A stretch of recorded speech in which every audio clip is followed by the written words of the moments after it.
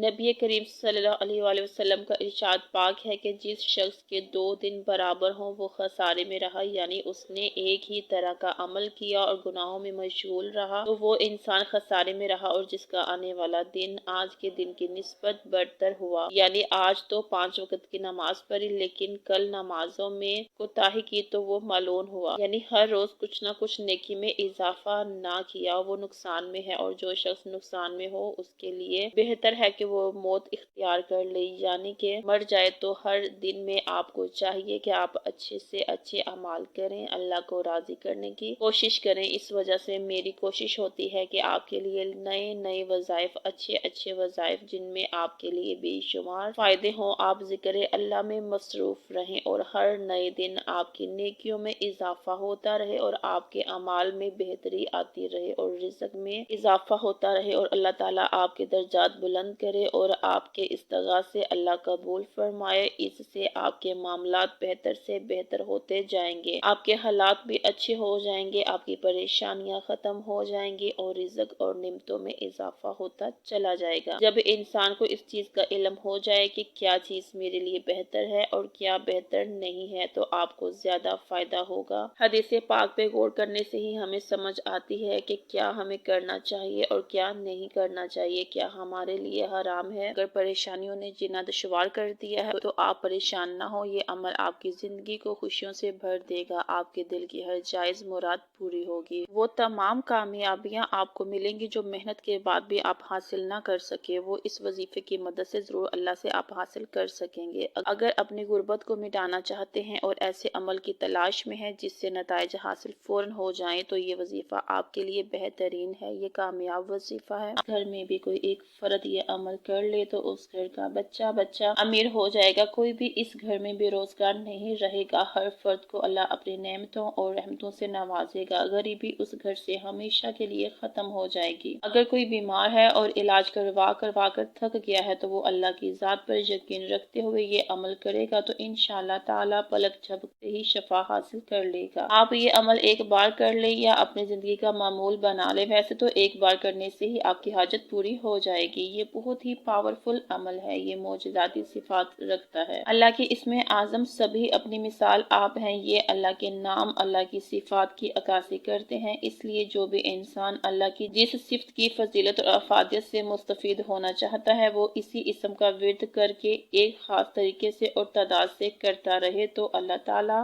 اپنی اسی صفت کی معجزہ نمائی فرماتا ہے۔ تو اس اسم کو میرے بتائے ہوئے طریقے سے اگر آپ کریں گے تو انشاءاللہ تعالیٰ آپ کی سوچ سے بھی زیادہ اللہ آپ کو غنی کر دے گا اور آپ کی طرف اپنے خزانوں کے دروازے کھول دے گا۔ بے شک اس کے خزانوں میں کسی چیز کی کمی نہیں، وہ ہر کام پر قادر ہے، ایک ہی رات میں غریب کو امیر کرنے پر قادر ہے اور ایک ہی رات میں بادشاہ کو فقیر بنا دینے پر قادر ہے۔ بس ہمیں ہر وقت اللہ سے رحم اور کرم کی امید رکھنی چاہیے اور اللہ سے مدد اور معافی مانگتے رہنا چاہیے کہ اے میرے اللہ ہمارے گناہوں کو معاف فرما اور ہمیں اپنے نیک بندوں میں شمار فرما اور ہم پر اپنا خاص کرم و لطف فرما اور ہماری ہر مشکل سے رہائی فرما اور ہر مصیبت اور ہر طرح کی شر سے ہمیں محفوظ فرما۔ بے شک میرا رب بڑا رحمان اور رحیم ہے، وہ کبھی کسی جان پر ظلم نہیں کرتا، ہم ہی ہیں جو اسے چھوڑ کر در در بھٹک رہے ہیں اور اس کی ذات پر بھروسہ کرنے کی بجائے اس کی مخلوق سے لو لگا بیٹھے ہیں اور اس پر یقین کرنے کی بجائے بندوں پر اور مصنوعی ذرائع پر یقین کر بیٹھے ہیں۔ ابھی وقت ہے، سب کو چھوڑ کر صرف اللہ کی ذات کی طرف اپنا مکمل اور مستقل فوکس کر لیں اور اس کی ذات پر مکمل یقین کرتے ہوئے آپ یہ عمل کریں تو اس کے اثرات دے کر آپ کی عقل دھنگ رہ جائے گی۔ اپنی زندگی کے مصروفیات میں سے لازمی ٹائم نکال کر اپنی جھولی رب کے حضور پھیلا کر جائے نماز پر بیٹھ جائیں۔ کسی بھی فرض نماز کے بعد آپ نے یہ عمل کا طریقہ غور سے سن لیجئے گا تاکہ آپ اس کے اثر سے مستفید ہو سکیں۔ رب کریم